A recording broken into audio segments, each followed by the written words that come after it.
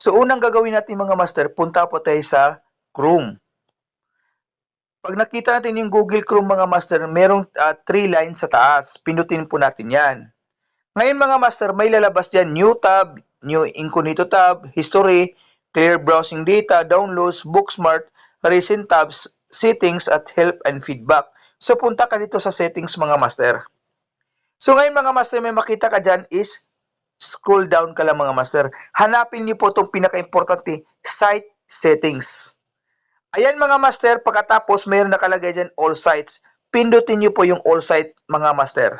Ayan mga master, yan po yung buburahin at yan yung nakikita ko sa akin mga master na kung saan nag-search ako na hindi ako namalayan na napapasokan ako ng malware or mga virus or minsan naglalag mga master.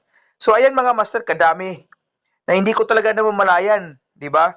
So yan mga master, yan yung buburahin natin isa-isa mga master.